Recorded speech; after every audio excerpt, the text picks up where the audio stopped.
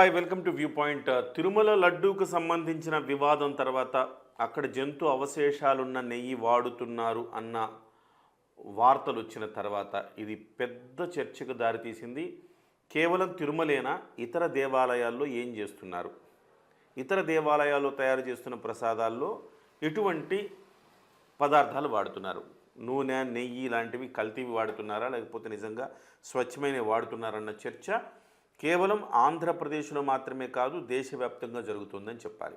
తెలంగాణలో యాదాద్రి దేవాలయం గురించి, అలాగే విజయవాడ కనకదుర్గమ్మ ఆలయంలో ఎలాంటి ప్రసాదాలు వాడుతున్నారు, ఇవన్నీ కూడా వెంటనే టెస్ట్ చేసి ల్యాబ్కు పంపించి టెస్టులు చేయించాలి అన్న ఒక డిమాండ్ అయితే వస్తుంది. ముఖ్యంగా ఒక అపనమ్మకం అయితే ఏర్పడిపోయింది జనాల్లో అని చెప్పాలి. అయితే తాజాగా తమిళనాడులో కూడా తమిళ డైరెక్టరు దీని మీద ఒక కీలకమైన వ్యాఖ్యలు చేశారు. పళని క్షేత్రంలో ఇచ్చే పంచామృతం ప్రసాదం మీద ఆయన ఆరోపణలు చేశారు. తమిళ డైరెక్టర్ మోహన్.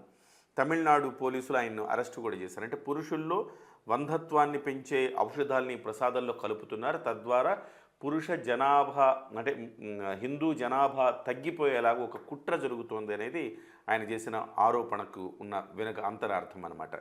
ఆ ప్రసాదం తింటే వంధత్వం వస్తుంది, తద్వారా పిల్లలు కలగకపోవటం లాంటివి జరుగుతాయి.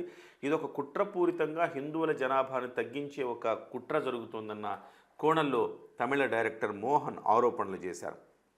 ఆయన వెంటనే పోలీసులు ఇలాంటి ఆరోపణలు చేసినందుకు దాని మీద చర్చ, అంటే నిజంగా అలా జరుగుతుందా లేదా అనే దాని మీద టెస్టింగ్ చేసి అవి నిరూపించడం పక్కన పెట్టి ఆయనైతే పోలీసులు అరెస్ట్ చేశారు.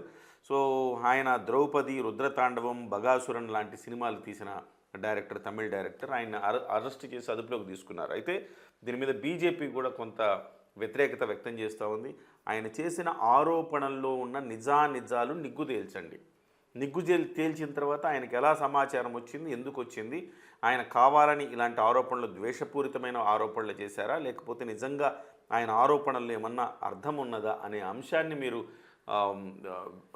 విచారించే ప్రయత్నం మానేసి ఆయన అరెస్ట్ చేయడం కరెక్ట్ కాదని బీజేపీ దీని మీద గట్టిగా తన వాయిస్ వినిపిస్తోంది.